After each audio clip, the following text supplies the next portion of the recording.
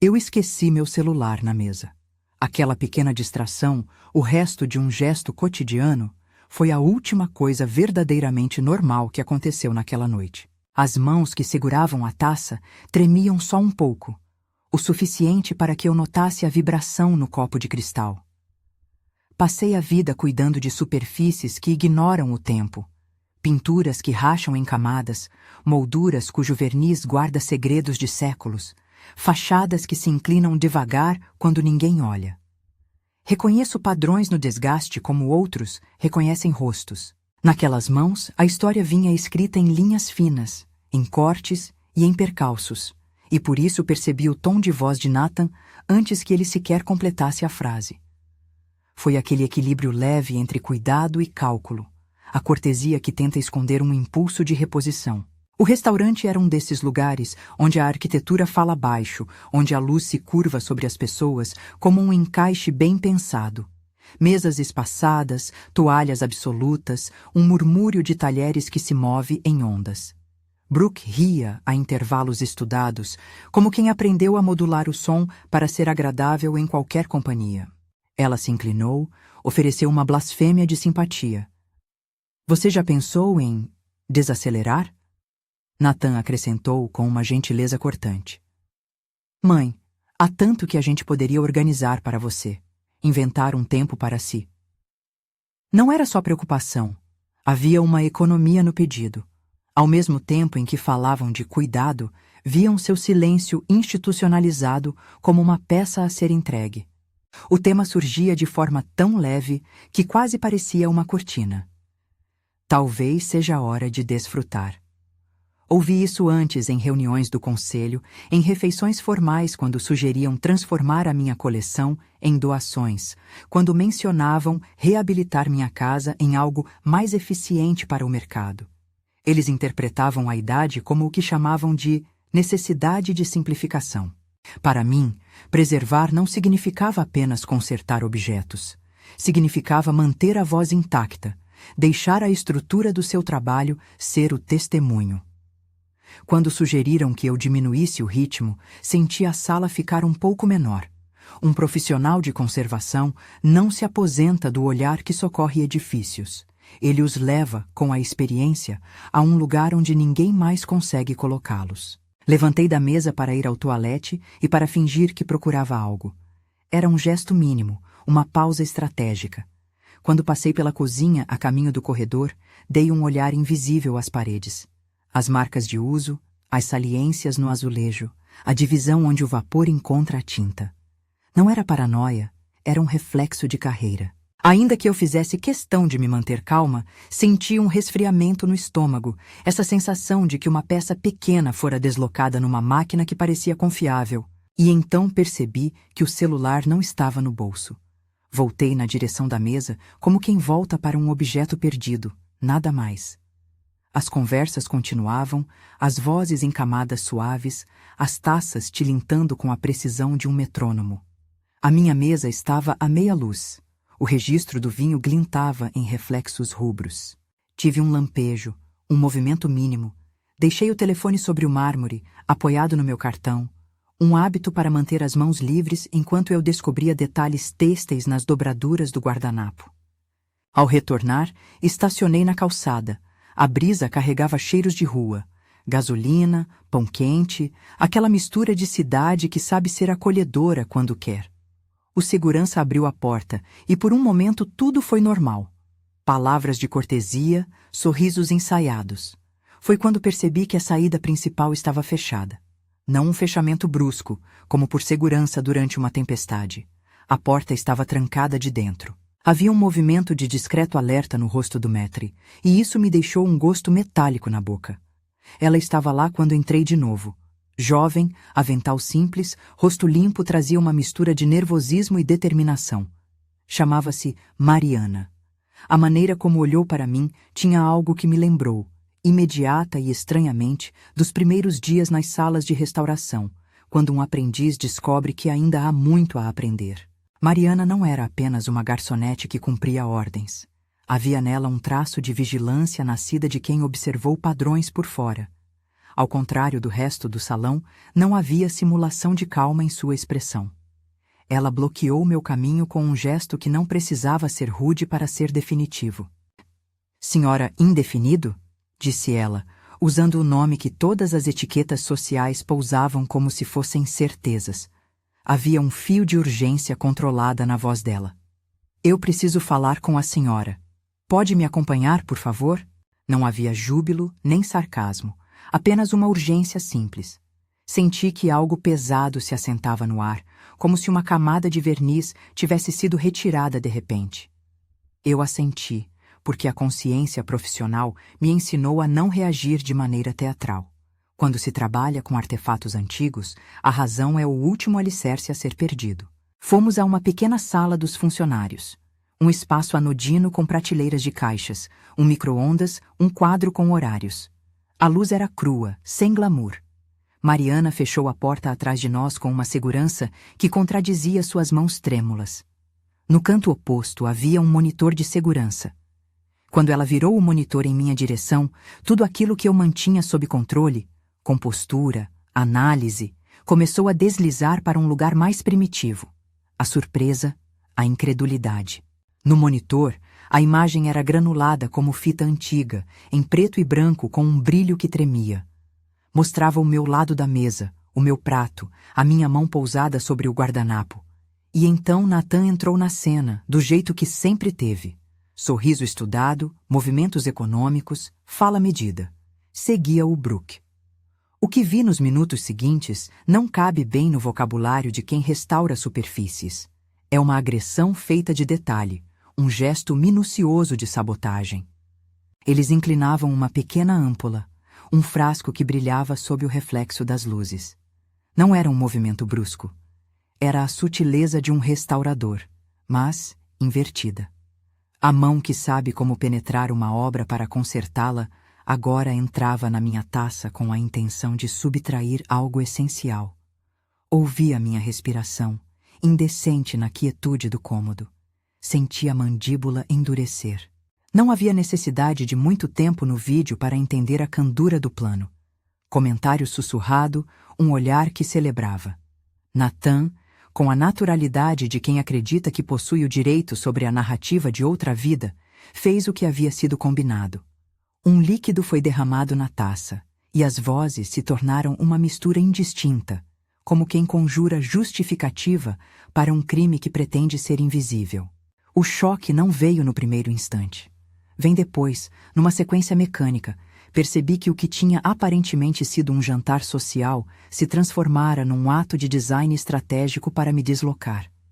Minha cabeça trabalhou como ela sempre faz, catalogando, comparando, raciocinando.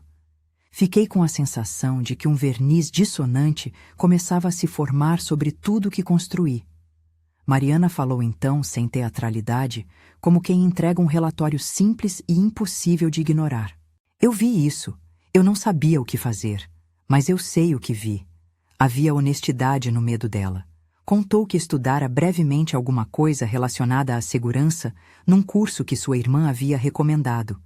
Havia aprendido a reconhecer sinais de adulteração de bebidas num treinamento peculiar de seu emprego anterior.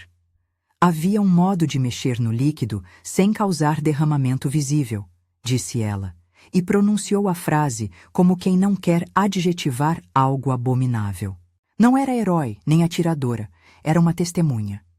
Ela lembrou da sensação estranha quando viu as mãos de Nathan, do sorriso de Brooke, do movimento exato do frasco. Assumiu o risco de segurar a porta, de atrapalhar o serviço, de se expor ao ridículo e ao desemprego. Reconheci nisso um ato de preservação simples, daquele tipo que não se aprende em livros, alguém que percebe a violência pequena e escolhe agir. Mariana pediu que eu confiasse. Sua confiança não vinha amparada por documentos ou promessas, era pura aposta moral. E por alguma razão que ainda não decifrei por completo, confiei. Voltei para a mesa como quem volta a um objeto que pode ser pego e examinado. Pela primeira vez naquela noite, olhei para Nathan com olhos que não pertenciam a ele. Olhos de profissional que pesa sobre as ações alheias o mesmo peso que colocaria entre uma camada de verniz e a madeira. Ele sorriu, e aquele sorriso perdeu o brilho. Havia uma calma estudada nos seus movimentos, como se soubesse que o plano fora minuciosamente arquitetado. Brooke se manteve quieta, como se a fala fosse uma ameaça a ser calibrada. Senti a necessidade quase física de sair dali, de não fazer nada precipitado, de proteger as evidências do modo que sei, com paciência e detalhe. A visão de uma taça com uma gota diferente no âmbar do vinho me prendeu. Guardei a frase que Mariana dissera sobre o frasco. A cabeça dela inclinou, exibindo traços de juventude e determinação. A voz era pequena, mas firme. Havia um tom de apelo. Eu posso mostrar mais se a senhora quiser. E eu queria. Queria ver tudo como já vi outras coisas, independente de emoção, escrutinada. Mantive a compostura até o carro. Fui para casa com o volante frio sob as mãos, o asfalto recortando a noite como se cortasse uma faixa de tecido. Pensei em todas as formas de traição. A brutalidade direta, a chantagem, aquele gesto discreto, quase artístico, de adulterar um copo de vinho. Como conservadora, eu respirava por causa de detalhes. Esse detalhe agora carregava na essência uma maldade que visava apagar uma voz. Não era apenas um ato feito contra o corpo. Era uma tentativa de substituir uma história. Ao chegar, não entrei em pânico. Não chorei. Moveram-se em mim peças de tática. A vida inteira dedicada a entender como restaurar estruturas me ensinara uma verdade prática. Quando um edifício começa a ceder, a primeira coisa a fazer é mapear as trincas, descobrir a origem do problema. Não é heroísmo, é método. Desliguei as luzes do carro e promessei a mim mesma que lidaria com aquilo com a mesma frieza que uso para decidir se uma pintura precisa apenas de uma limpeza superficial ou de uma intervenção cirúrgica. No estúdio, a luz incide de maneira quase religiosa sobre as peças. Minhas ferramentas penduradas, alinhadas, como soldados silenciosos. Tudo ali tem um lugar determinado. A máquina de análise de fibras, os microscópios com lentes que me permitem ver além da pele, a balança que pesa grãos de pó com uma precisão que me dá conforto. Trabalhei por anos com materiais que resistem. Aprendi a desmontar mecanismos sem destruí-los. Aquela noite eu me tornei, por necessidade, mais do que minha profissão. Tornei-me arquiteta do próprio cuidado. A primeira providência foi simples: recolher evidências físicas do jantar. Não de forma teatral, mas com a disciplina com que se embala uma tela antiga. Voltei ao restaurante no dia seguinte, com um papel timbrado do meu estúdio que nada dizia sobre o que realmente buscava. Pedi para ver o copo em que tivera a taça, o guardanapo, qualquer objeto que houvesse contato com o conteúdo do meu cálice. Marina. Não confundir Mariana. A gerente tentou minimizar com educação. Mas quem conhece protocolos sabe que as pessoas tendem a colaborar quando não se sente que serão confrontadas com acusação imediata. Senti que a verdade se revelava em etapas. Eles ofereceram-me um recado de que fazer uma verificação seria complicado. Eu, por outro lado, devolvi um pedido cortês por qualquer coisa que pudesse ser útil. O porta-copos, manchas no tecido, o frasco que tivesse sido descartado, qualquer rastro. Moveram-se com tropeços, com desculpas. Mas o mundo do serviço tem rotinas. Alguém sempre registra algo. Acabei por conseguir um pequeno fragmento. O papelão daquele porta-copos que havia ficado por baixo do copo. Manchas, impressão digital. Uma mancha que, sob a minha lupa, trazia rastros de um soluto que não pertencia ao vinho. Não me deixei levar por suposições. Toda análise precisa de comparação. Entendi naquele momento que se aquilo fosse parte de um plano, não seria um ato isolado, era orquestrado. E orquestras têm contracenas e instrumentos. Não avisei Nathan. Não disse nada a Brooke. Não disse nada mesmo a Daniel, embora a primeira pessoa a quem tentei recapitular os fatos tenha sido ele na minha cabeça. Daniel Mercer, historiador estrutural, amigo leal, parceiro em muitos projetos. Daniel conhece o valor de um documento, o poder de um registro público. Ele é do tipo que guarda contratos como mapas e que entende que a preservação de um bem começa por sua documentação. Mas ainda não era hora de acionar aliados. Ao invés disso, usei o que estava ao alcance das minhas mãos: a observação, a paciência, o método. Embalei o porta-copos numa folha sem ácido, anotei hora, data, coloquei-o em uma caixa. Cada etiqueta foi escrita com a precisão de quem sabe que é impossível confiar apenas na memória. Achei na bolsa um pequeno frasco de análise que uso para ver pH de vernizes. Não tinha intenção de fazer testes sofisticados, apenas recolher traços. O que descobri foi sugestivo, não conclusivo. Traços de uma solução que continha elementos compatíveis com fluidos comerciais, daqueles que se dissolvem facilmente em líquidos. Não dei nomes a compostos. Não preciso. Basta saber que havia algo ali que não devia estar. Uma assombração química que dizia: intervenção deliberada. E então apareceu o outro elemento que tornava o caso maior do que um gesto familiar cruel: documentos. Não no sentido de contratos prontos para serem assinados, mas num conjunto de e-mails que eu encontrei por acaso. Pequenos resquícios, quando abri um arquivo que havia sido deixado sobre a minha mesa durante um almoço do conselho.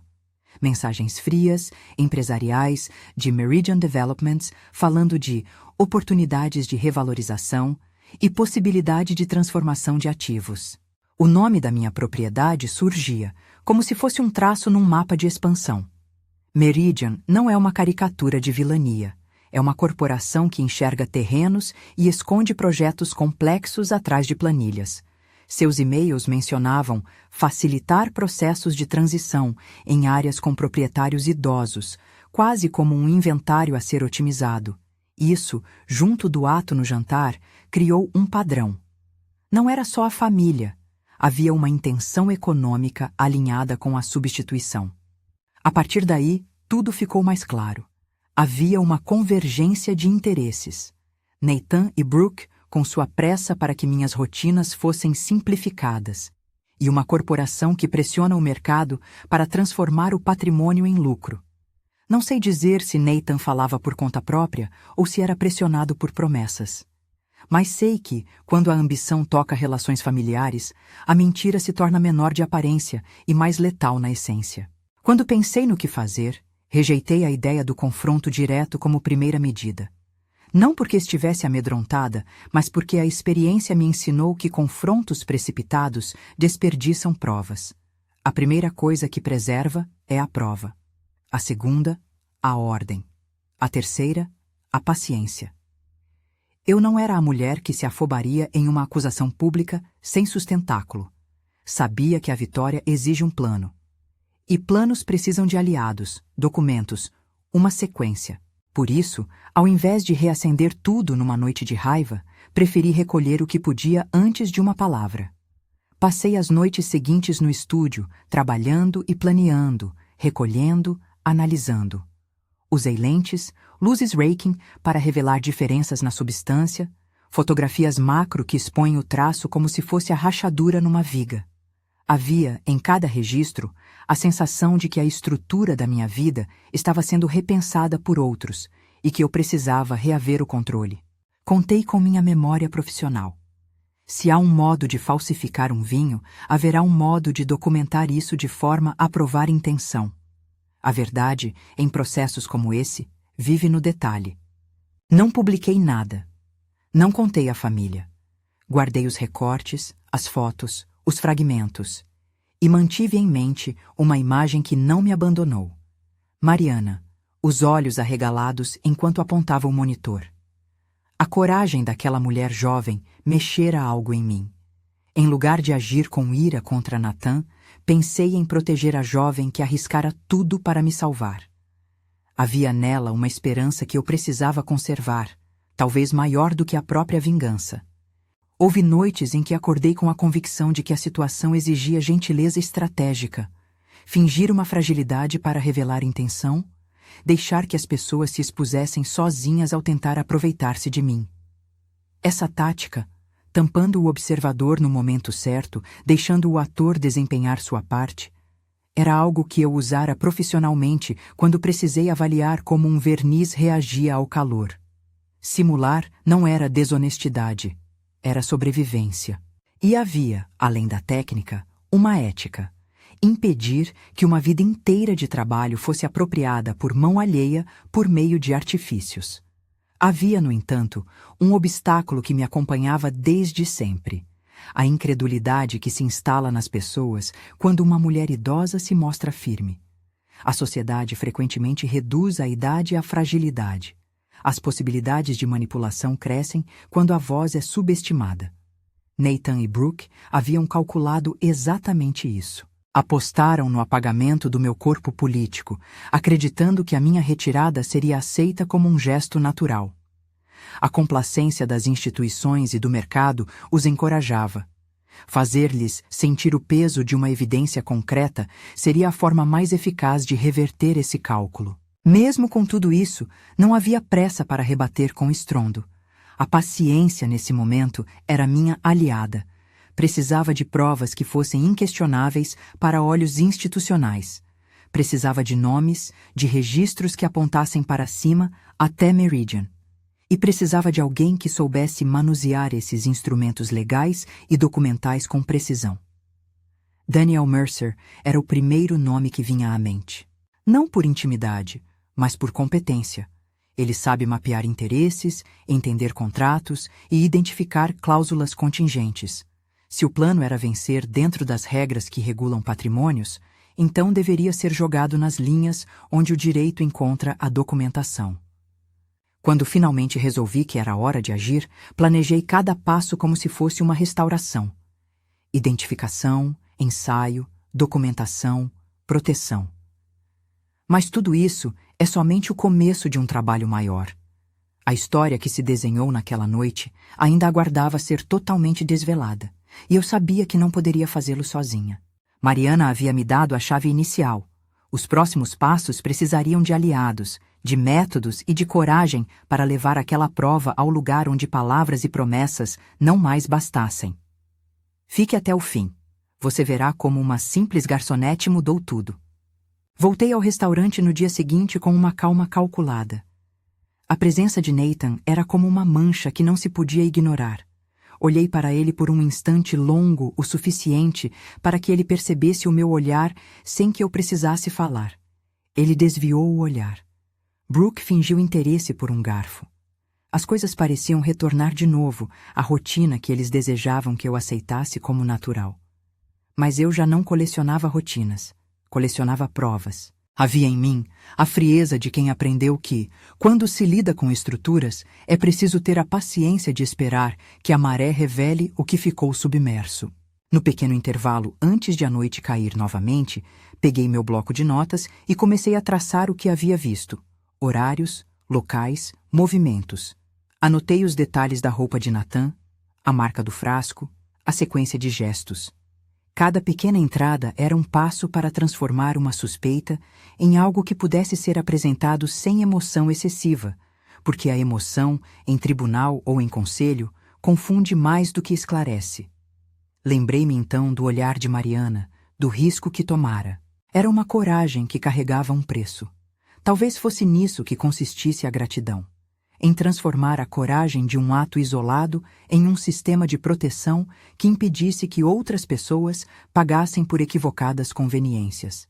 Quando o relógio marcou quase meia-noite, decidi que, por aquela etapa inicial, não havia necessidade de alardes. Fechei o estúdio com a sensação de que tinha plantado a primeira semente de uma reação que poderia crescer. A vida, para mim, sempre se organizou em camadas. Há o que se restaura internamente e o que se restabelece publicamente. Eu sabia que mais cedo ou mais tarde aquilo exigiria público. Mas por enquanto bastava ter algo com que trabalhar, algo que resistisse a um ataque de negação. Apesar de todo o cuidado, uma pergunta me rondava quando apaguei a última lâmpada. Como alguém se acostuma a ver a traição de um filho transformada em rotina? Como se acostuma a aceitar que o próprio sangue trate a experiência e a sabedoria de uma pessoa como obstáculos a serem removidos?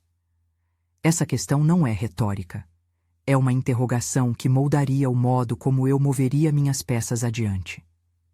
Não se trata apenas de provar um crime. Trata-se de restituir o sentido de dignidade, de voz, de autoridade sobre a própria história. Na manhã seguinte, o telefone tocou cedo. Era uma mensagem curta de Mariana. Posso aparecer no estúdio? Tenho coisas para mostrar. Havia nervosismo nas letras, e também a determinação de quem decide atravessar uma linha e não voltar atrás. Respirei e respondi afirmativamente, sem revelar o que havia planejado. Havia uma aliança nascente ali, um fio tênue que ligava a coragem de uma jovem ao repertório de alguém que fez uma vida de proteger patrimônios. Não era uma amizade convencional. Era uma junção de necessidades e princípios. Quando Mariana apareceu, ela trazia consigo uma pasta envelopada em papel pardo. Havia pontos de café na borda do envelope e seu avental parecia ter sido trocado com pressa. Os olhos dela, porém, carregavam uma resolução que quase me fez esquecer as diferenças de idade entre nós. Ao entregar-me o envelope, falou baixo. Tem mais. Não era só aquela noite. A frase caiu como um pedregulho no lago. Minhas mãos, que tantas vezes seguraram escovas finíssimas e lâminas cuidadosas, tremiam levemente ao abrir o embrulho.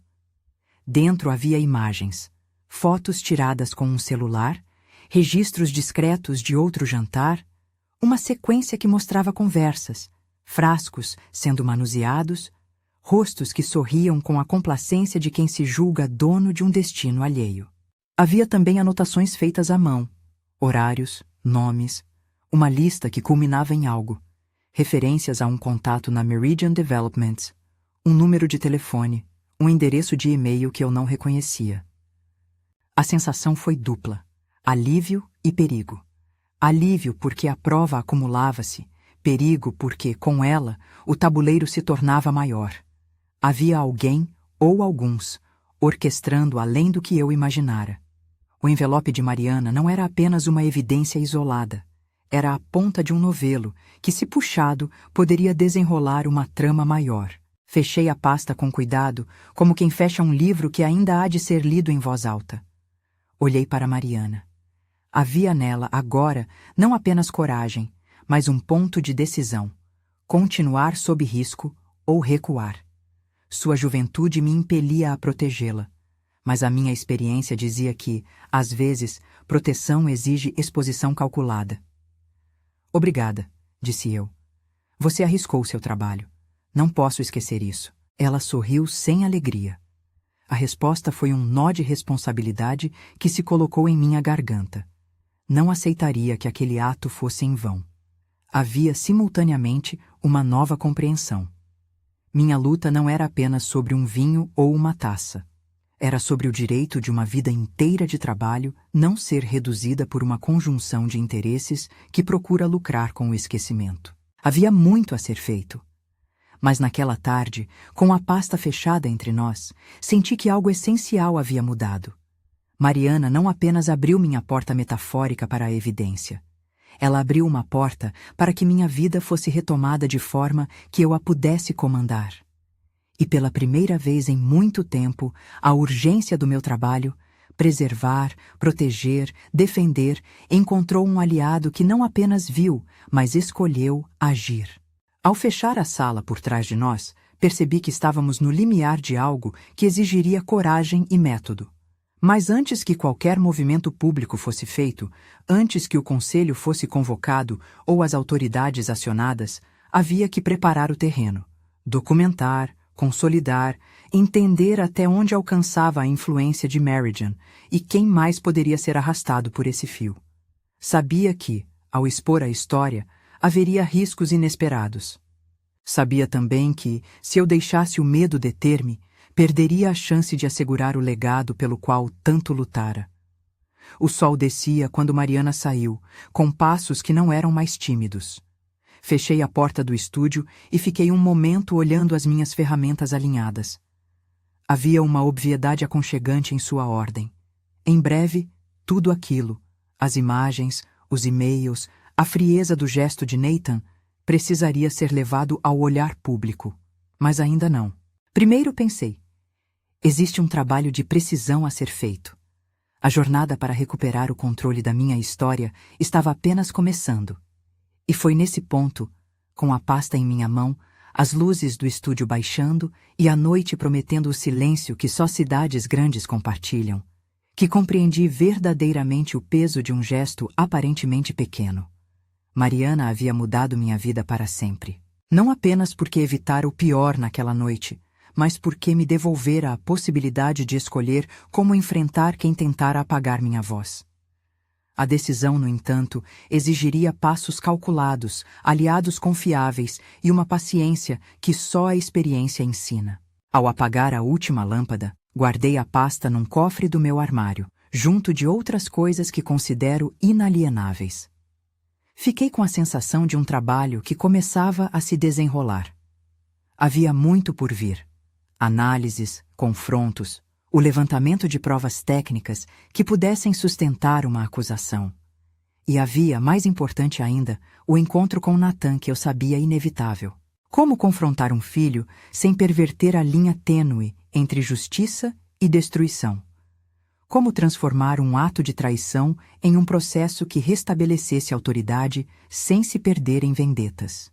Respondi a essas perguntas com o princípio que sempre guiou meu ofício. Qualquer restauração verdadeira começa por compreender a estrutura. Sem compreensão, não há reparação.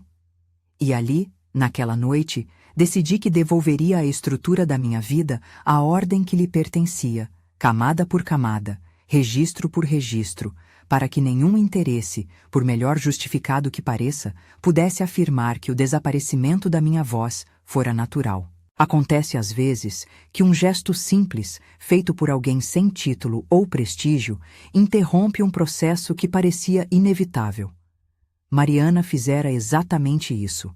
O que ainda restava era traduzir aquele gesto em proteção perene. E isso, eu sabia, exigiria não apenas coragem, mas estratégia. E isso, eu sabia, exigiria não apenas coragem, mas estratégia. Os dias seguintes foram ocupados por um trabalho que misturava ciência, paciência e burocracia. As três coisas que melhor me confortam quando preciso acertar peças soltas. Chamei Daniel. Não contei a ele tudo por telefone. Marquei um café com pretexto de discutir uma exposição que estávamos planejando. Ele entrou no estúdio com a habitual reverência por objetos bem cuidados, as mãos cheias de papel, o olhar pronto para ler mapas de documentos. Quando abri a pasta com as fotos e os e-mails, seu rosto mudou. Não era surpresa em si. Era a compreensão de alguém que sabe que certas coisas vão além do pessoal e roçam o institucional. Isso precisa de cadeia de custódia, disse ele direto, sem surpreender. Se vamos fazer isso valer em algum fórum, não pode haver brechas. Eu já havia pensado nisso. Expliquei o que Mariana trazera e mostrei o porta-copos embalado. Daniel sugeriu um laboratório independente para a análise. Falou também em envolver um perito que pudesse assinar um laudo contundente. Propôs ainda que preservássemos cópias digitais em múltiplos locais, com hashes, num ritual técnico que me pareceu tão mecânico quanto restaurar uma moldura. Concordei. A vantagem de ter um aliado é que ele traduz a urgência em protocolos. A desvantagem é que a execução torna palpável o risco. Enquanto Daniel organizava o contato com o perito e com o laboratório, eu tratei de outra frente. Proteção patrimonial imediata.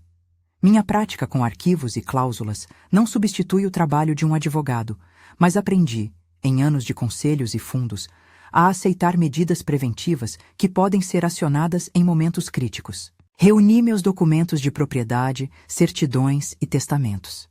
Havia no meu contrato com instituições uma cláusula de contingência que, em tese, impedia transferências unilaterais sem uma verificação médica ou judicial. Não era infalível, mas era uma trava.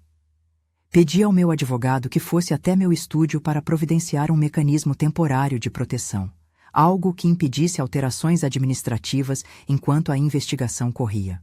Havia também a necessidade de proteger Mariana. Ela se tornara, por escolha, peça-chave em uma trama que poderia esmagá-la.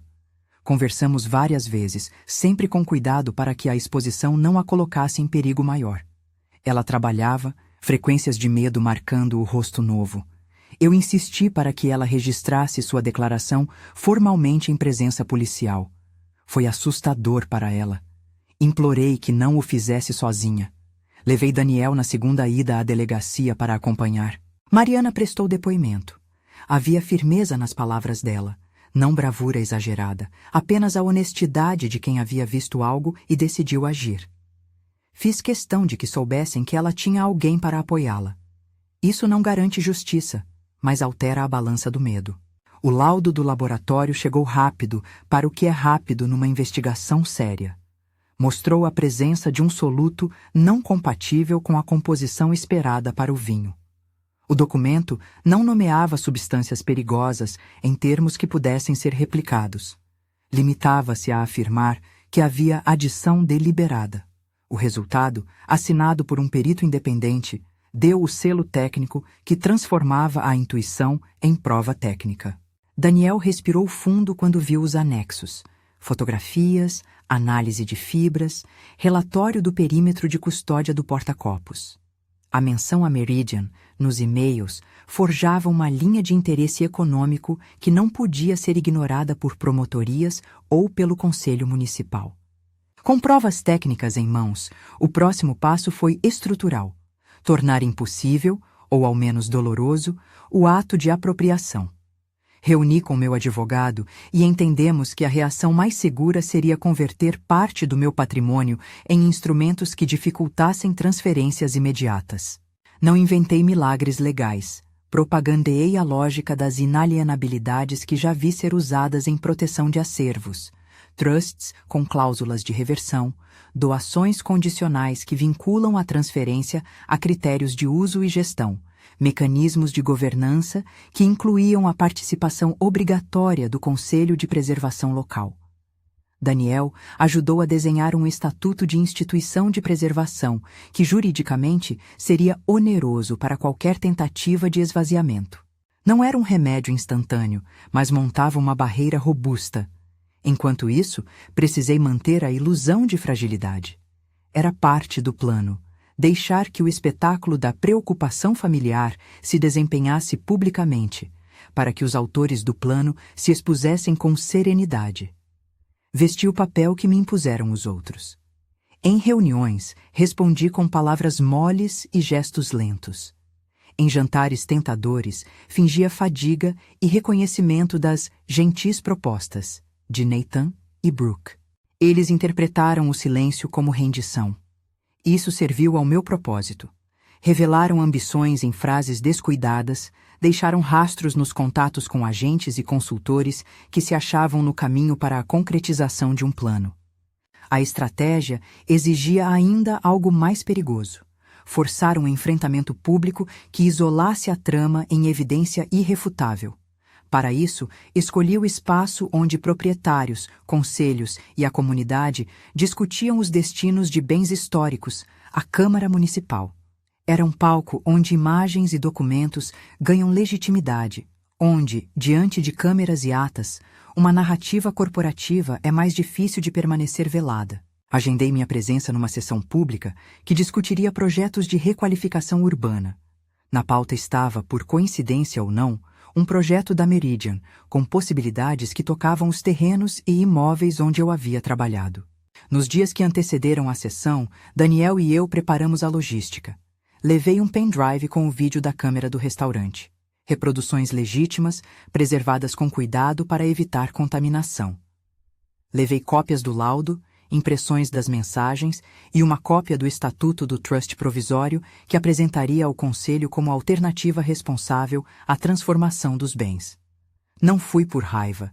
Fui para transformar o espetáculo da intenção em ação legal. Não queria humilhar. Queria neutralizar. No corredor da Câmara, ao entrar, senti o peso de olhares calculadores. Havia, entre a assistência, representantes de Meridian, alguns assessores, e não sem surpresa, Nathan. Ele evitou minha proposta de cumprimento. Um gesto curto de reconhecimento e nada mais. A postura de Brooke era ensaiada. Ela sorriu como quem valida a performance de quem espera vencer por exaustão. Sentei-me, respirei, e quando chegou minha vez de falar, disse com a calma de quem descreve uma técnica: Antes de qualquer deliberação, preciso mostrar algo que diz respeito à integridade do que aqui se debate. Pedi que reproduzissem o vídeo. A sala, abafada de formalidade, ficou em silêncio. A imagem granulada foi projetada no telão municipal. Não havia áudio claro. Suficientes foram os gestos. Todo plano que se pretende sutil e invisível se mostra numa tela com uma crueldade quase estética. Os modos de inclinar uma taça, os dedos que manejam um frasco, a complacência que acompanha o gesto. Não precisei dizer quem era. A cena falou por si. Havia cochichos. Alguns começaram a olhar para seus celulares, outros fixaram o olhar no telão como se fossem capazes de reescrever a imagem com vontade.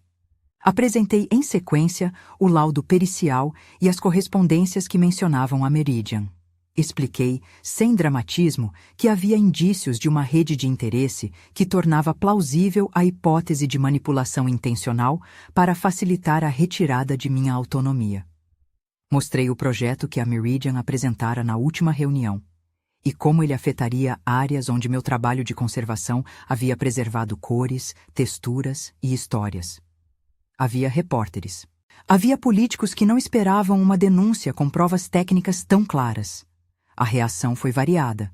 Alguns ficaram incrédulos, outros, incitados pelo peso do material, solicitaram que a sessão fosse suspensa e que a polícia fosse chamada para colher declarações formais. Em poucos minutos, a polícia científica estava no prédio.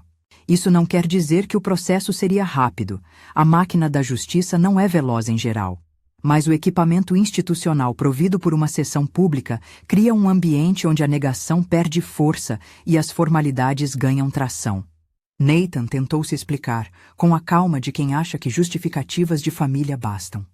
Brooke foi em defesa dele, com um tom que buscava apelar para o sentimental, mas as imagens e o laudo já haviam feito o trabalho mais difícil: transformar dúvida em necessidade de averiguação. Algumas das pessoas que representavam investidores presentes trocaram olhares. Um representante da Meridian aproximou-se, pedindo para falar com a mesa do conselho. Pede uma conversa formal para esclarecer intenções de projeto. A palavra esclarecimento parecia peso de corporativo. Pedi que deferissem qualquer manifestação à luz das investigações. Não queria que eles conduzissem a agenda, queria que as instituições o fizessem. Quando os policiais colheram testemunhos, Nathan hesitou.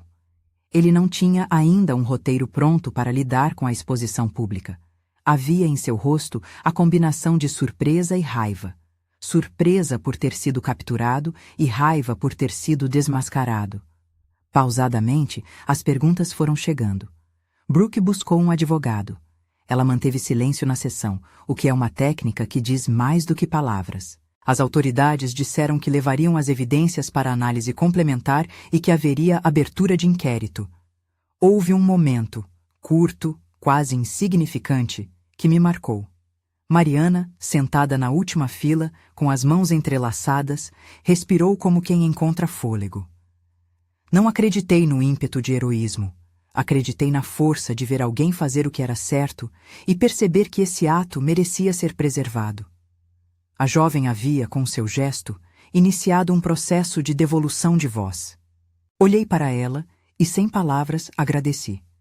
Em seu rosto havia não só alívio, mas a sensação de que um mundo poderia ser diferente se pessoas decidissem arriscar a reputação pelo que é justo.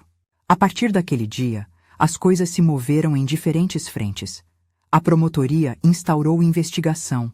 Os advogados de Meridian enviaram comunicações formais negando irregularidades e simulando boa vontade em colaborar com averiguações.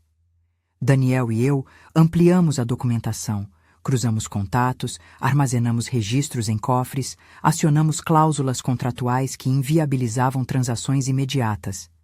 A transformação do patrimônio em um trust de preservação foi gradual.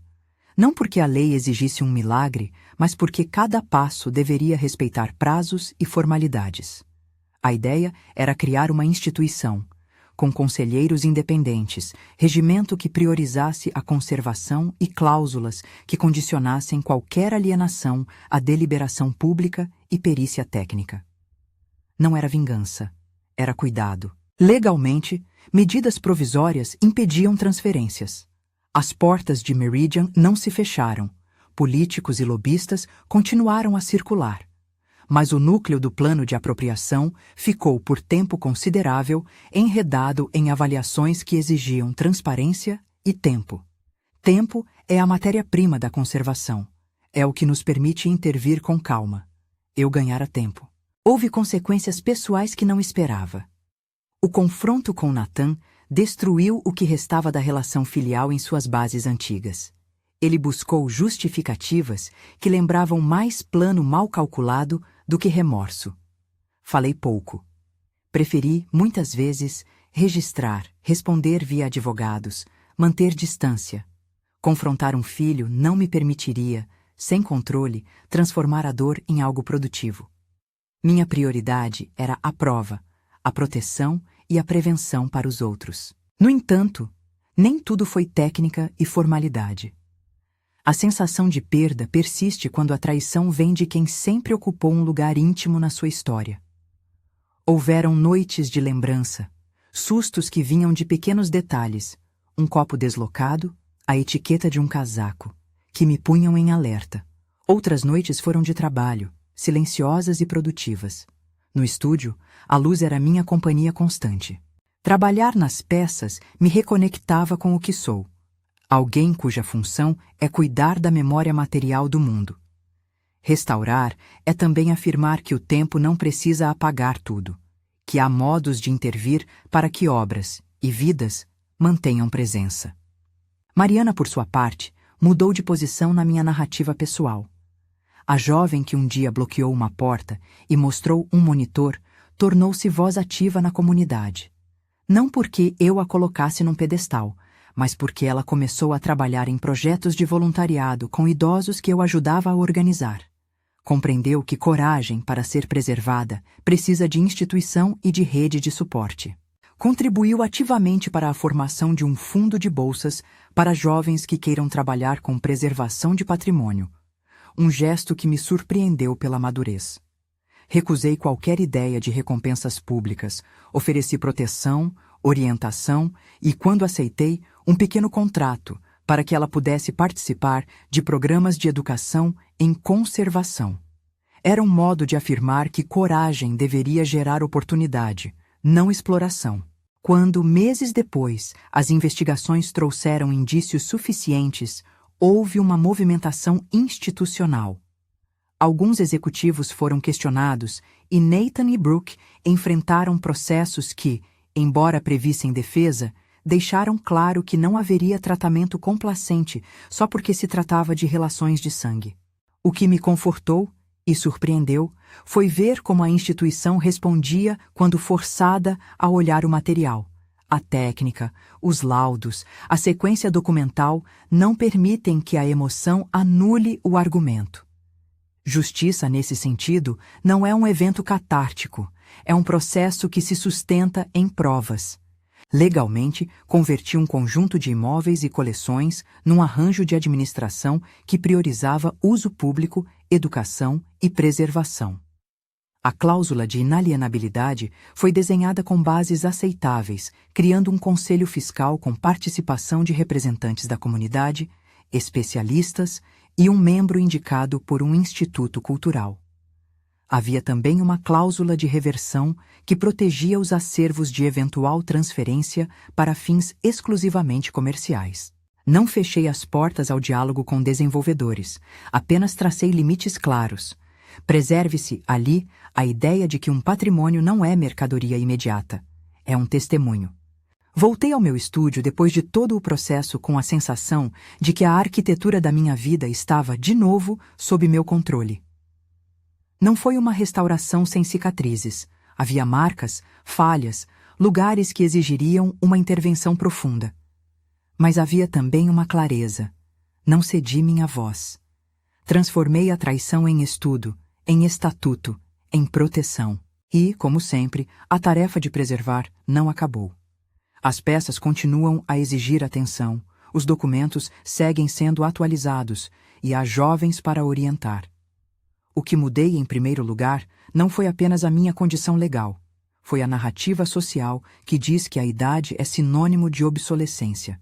Mostrei, por meio de ação conjugada, que experiência é capital de resistência. Mostrei que medidas preventivas e institucionalização de cuidados são ferramentas poderosas contra a lógica que pretende converter vidas em ativos descartáveis. Mariana mudou minha vida. Não apenas porque me salvou de um ataque físico numa taça de vinho, mas porque sua escolha me trouxe de volta à cena com aliados, estratégias e instrumentos que asseguraram que minha voz e meu legado permanecessem intactos. Houve um reconhecimento público modesto, porque não busquei espetáculo. O que celebramos foi a ação correta em tempo de necessidade. A coragem de uma pessoa simples, sem cargo, mostrou que as rupturas que pareciam inevitáveis podem ser barradas por quem observa e age. Hoje, quando caminho pelo estúdio, minhas mãos lembram passadas intervenções, mas também lembram a noite em que um gesto alheio redesenhou meu destino.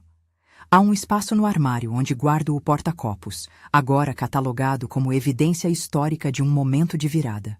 Não por espetáculo, mas por memória. É um lembrete de que o trabalho de preservar vai além da matéria. Protege também a história de quem somos. Houve, por fim, uma lição que excede o valor pessoal. Preservar é também criar mecanismos de resistência. Confiei em processos, procurei aliados, agi com método. Não foi uma vingança, foi uma defesa. E talvez o que se ganhou com tudo isso tenha sido mais do que o patrimônio protegido. Foi a mensagem de que ninguém, por mais próximo que seja, tem o direito de apagar a trajetória de outro por conveniência. A vida seguiu. Reforcei os mecanismos de governança nos bens que acompanho.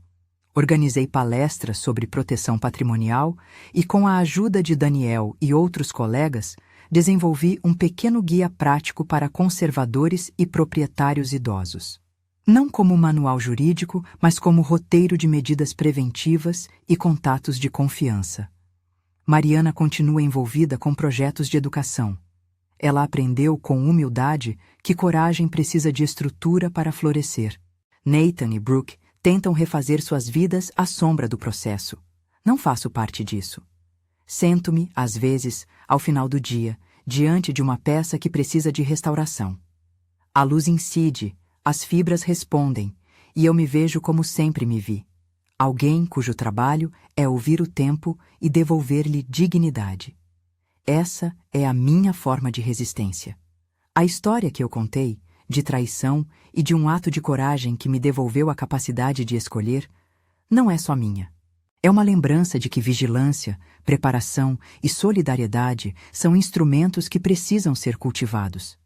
Se esta história tocou algo em você, compartilhe com alguém que valorize a proteção do que é antigo e digno. Inscreva-se para ouvir mais relatos sobre como preservar não é apenas consertar objetos, mas defender vozes.